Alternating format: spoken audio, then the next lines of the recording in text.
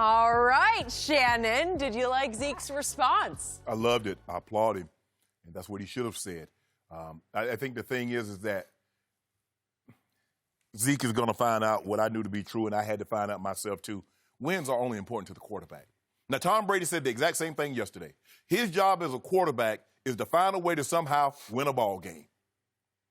Throw for 400, throw for 300, 175. At the end of the day, you win. It's only running backs, receivers. They win a game, don't put up the numbers. Odell Beckham, I give you a prime example. Odell can have 60 yards. They win a game. What's wrong with Odell? Why didn't he have 150? Zeke Elliott, they won a game. Well, he got 50 million. He kind of shut it down. He's not the same Zeke. He wins. They lose. They take that back. They lose. Odell gets 175. All he cares about is stats. Zeke, they lose. He gets 155. All he cares about is stat. He's a bad teammate. Man, they won the game. He's like, man, y'all make me feel bad. We won the game, and y'all in here talking about I only had 40 yards. Would y'all have said if I'd have had 200 and we lost, would you have said, Zeke, you only had 200 yards? At the end of the day, I thought it was about wins and losses. Clearly, that's not the case. They're trying to rile something up, and I'm glad Zeke handled it the way he did. He's like, guys, we won the game. I'm supposed to be ticked off. As a competitor, you always want to feel you contributed. I've been there. There have been times I've had 2 catches for 25 yards and we won. There have been times I had over 100 yards and we lost.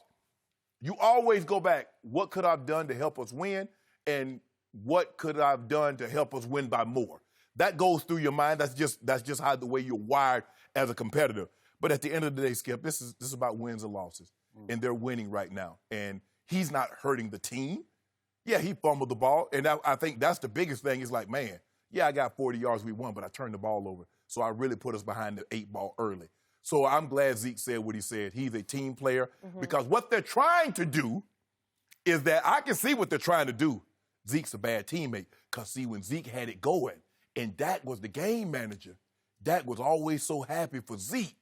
Now the roles have seemingly reversed, and all of a sudden he's not getting the shine that Dak is. Now he a bad teammate. Nah, Zeke said, I ain't going to let y'all do that.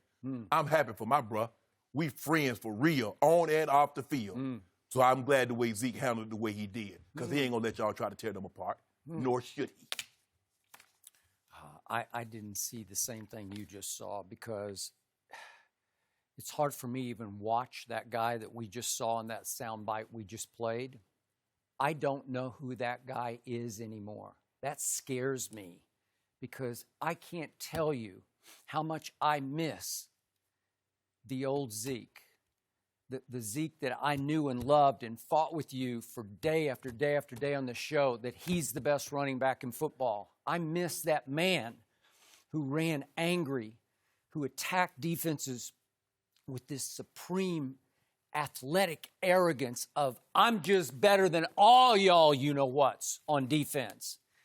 I miss the man who played and lived, sometimes to a fault, with edge, with raw pride edge. And he was always in media sessions in his first 3 years, like one question away from exploding. He'd get defensive and you could just see it. And he'd have to just clench his teeth like, okay, that's enough of this. I don't know who that guy was yesterday, but I told you Tuesday, what I wanted to see in that media session was a flash of raw pride, of a little bit of anger, in as much as I wanted to hear him say, I have not been myself the last couple of weeks, and that will change this Sunday up at New England. I wanted to see a little bit of the old Zeke, and I saw this new guy. I saw timid Zeke. I saw nice, sweet, aw shucks Zeke. I never thought those words would go together. Aw shucks Zeke.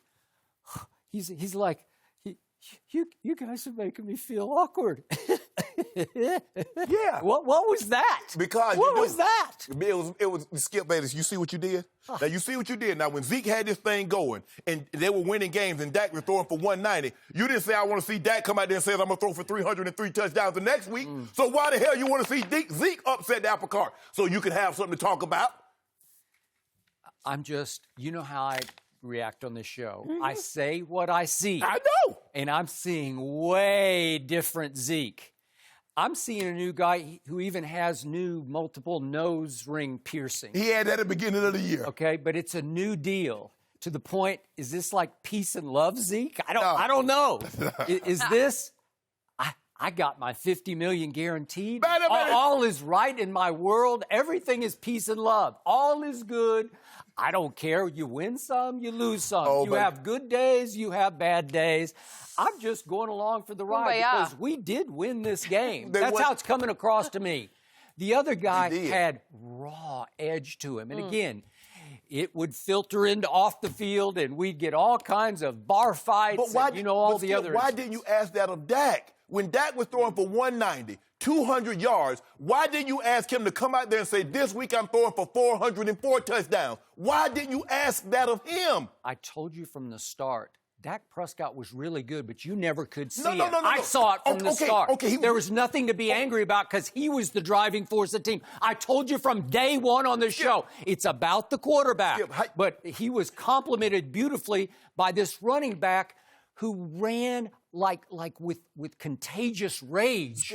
Skip, how can you be the driving force and you're throwing for $190? You're throwing for he had a bunch of 300-yard games. So he led the league in QBR his first year until the last game when they mailed it in. He went 4 of 8. What are you talking about? You haven't seen Dak Prescott from the start. There was nothing to hold him accountable for. He led the league in game-winning drives his first 3 years. Why would I say, Dak, you need to get angry. You haven't been playing up to your standards. This guy led the league in rushing 2 of 3 years, and it would have been 3 of 3 without the 6-game suspension.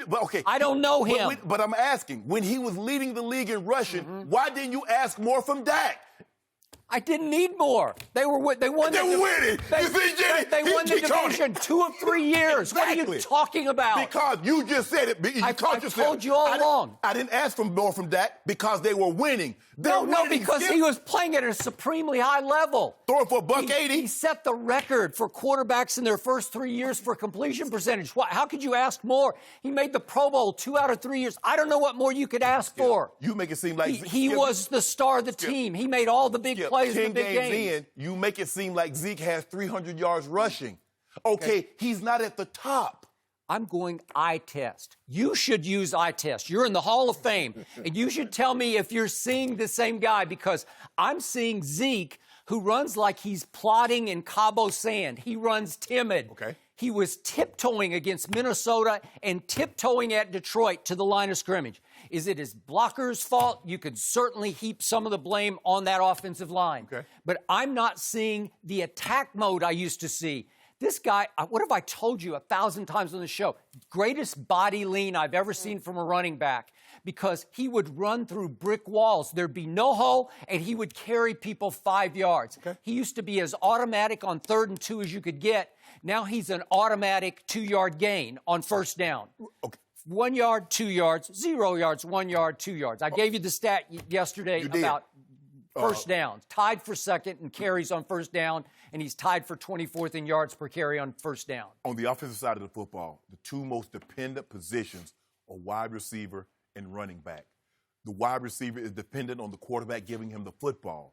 The running back is dependent on the offensive line opening holes. You tell me. Now, you said the Monday after they lost to the Vikings, every last one of the Cowboys offensive linemen got their you used their Royals butt kicked. But how was Zeke supposed to get 100 yards when they got their butts kicked? Because every once in a while, a running back comes along who makes his own holes. And we've seen them. I see Dalvin Cook this year. He's making a lot of his own holes. How did Dalvin do jump cuts? How did Dalvin do against the Broncos? 20 yards rushing. Okay. You know who I'm seeing open holes for himself is Lamar Jackson. I think Lamar Jackson right now is the best running back in football, and he's also playing as good a quarterback as anybody. Well, Skip, it's hard to defend the quarterback considering that he might throw the ball. Some of those runs that he have are not designed. I saw a stat last night. Lamar is running away with the league lead in yards gained with defenders within 1 yard of him. So you can't get him down. Right. You can take your shot, but if you're within 1 yard of him, he's probably still going to go for more. Ask the Texans last week about that run he had. He didn't score. All right. I used to see that from this guy, and I don't see the body language, the demeanor. And I'm going to drive this home with the greatest irony of all. When do I need Zeke the most? Have you been noticing what's been happening to the New England defense of late? Yeah. They are getting gashed by the run. Mm-hmm. What is happening? They've now dropped to 10th in yards per rush against them, Right. okay, or yards per game. And yet Pro Football Focus now ranks them 29th against the rush in overall effectiveness. And obviously over the last 3 games, if you just do the last 3, they're second from last in rush yards allowed. Right. So something is going wrong because it started, and you brought it up that next day, it started with Nick Chubb. Thank you for watching. You can subscribe here to get the latest from the show, and be sure to check out more of the best clips from Undisputed, or go watch a few other segments from our other shows on FS1.